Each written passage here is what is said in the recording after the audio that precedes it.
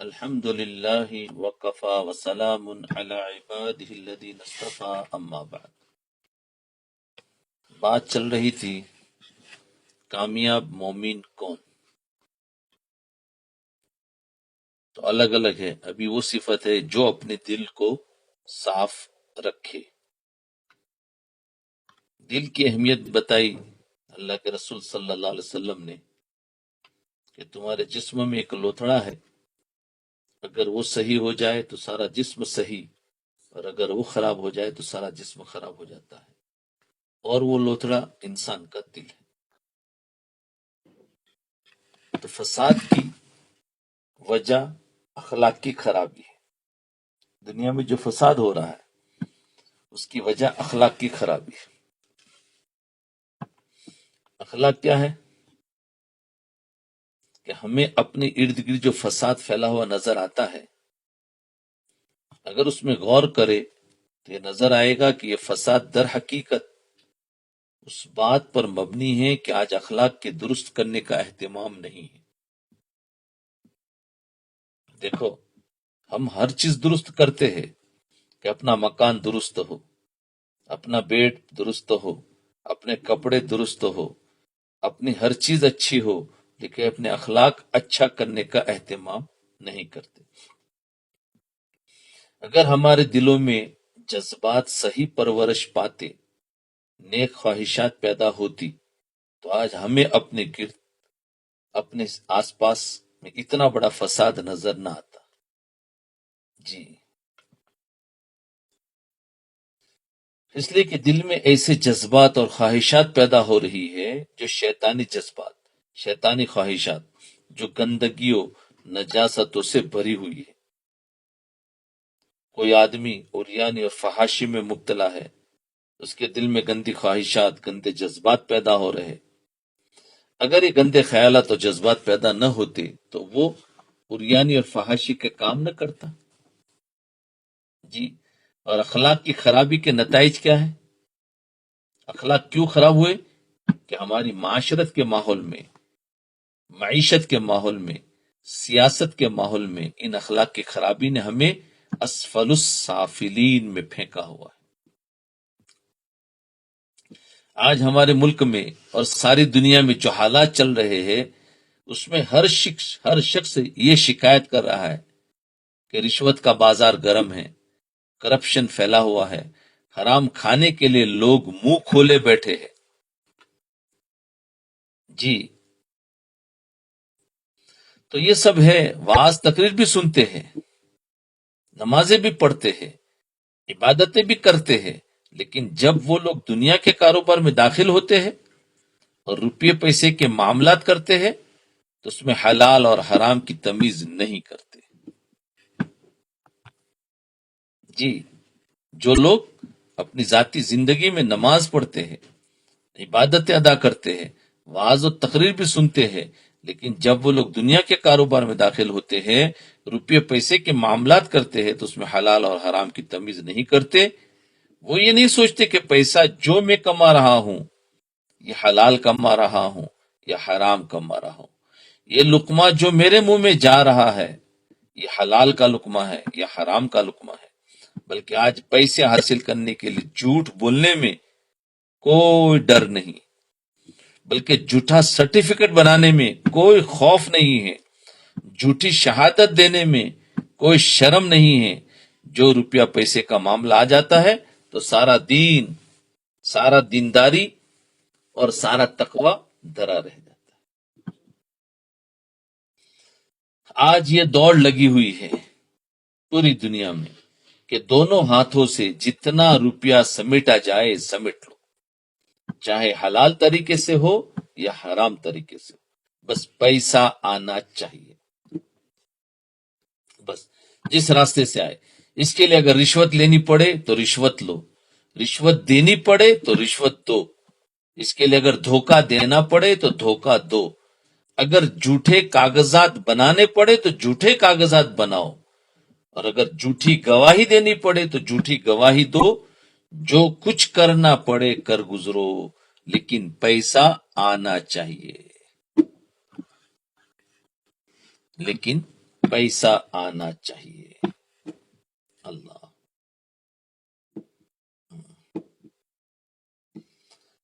آج ہمارے معاشرے میں جو فساد پھیلا ہوا ہے وہ در حقیقت ذہنیت اور اس فکر کا نتیجہ ہے، اللہ اور رسول کی محبت کی کمی کا نتیجہ ہے، اللہ اس کے رسول کی محبت کی کمی کا نتیجہ ہے۔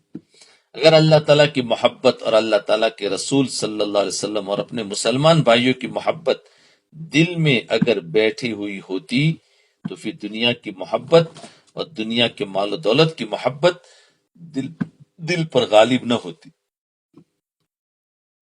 اور آدمی دنیا کے حصول کے لیے حلال اور حرام کو ایک نہ کرتا۔ آج دیکھو ساری دنیا میں مسلمانوں پر حملے ہو رہے ہیں، اور خصوصاً بعض مسلمان ملکوں پر تو آپ ساری نیوز جانتے ہیں کہ ان پر حملے ہو رہے ہیں۔ پوری امت مسلمہ کا دل ان واقعات کی وجہ سے ٹوٹے ہوئے ہیں، ان واقعات کی وجہ سے ٹوٹے ہوئے ہیں، اس پر ہر مسلمان کا دل مرجھایا ہوا ہے، لوگ پریشان ہیں، اور یہ پریشانی بھی بجا ہے، کیونکہ ایک مسلمان ملک پر جب ظلم اور تشدد کے ساتھ حملہ کیا گیا اور ساری دنیا تماشا دیکھتی رہی اور کوئی مسلمان اس ملک کی مدد کے لیے آگے نہ بڑھ سکا، اس واقعے کی وجہ سے پوری امت مسلمہ میں ایک بے چینی، ایک اضطراب، ایک صدمہ، ایک افسوس، ایک رنج کی کیفیت ہے۔ جانتے ہیں ابھی بیچ میں جہاں آگ لگی کتنی بڑی، کتنا شہر تباہ ہو گیا، لیکن کون آیا؟ یہ سب کیا ہے؟ کیا ہوا؟ قرآن کریم کا ارشاد ہے اس پر عمل چھوڑنے کا نتیجہ ہے۔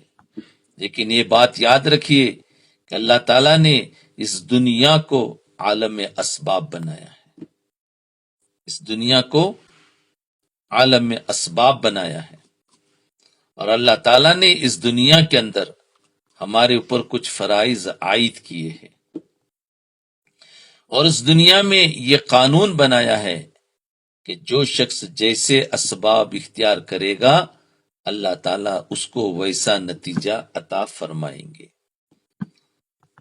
جو جیسا اسباب اختیار کرے گا اللہ تعالیٰ اس کو ویسا نتیجہ عطا فرمائیں گے۔ صدیوں سے ہمارا حال یہ ہے کہ ہم نے قرآن کریم کے ارشادات کو پیچھے ڈال دیا، قرآن کی باتوں کو پیچھے ڈال دیا۔ قرآن کریم کے ارشادات میں ایک اہم ارشاد ہے، وَأَعِدُّوا لَهُم مَّا اسْتَطَعْتُم مِّن قُوَّةٍ وَمِن رِّبَاطِ الْخَيْلِ تُرْهِبُونَ بِهِ عَدُوَّ اللَّهِ وَعَدُوَّكُمْ، یعنی تم جتنی زیادہ سے زیادہ اپنی قوت بنا سکتے ہو، قوت حاصل کر سکتے ہو، وہ قوت حاصل کرو۔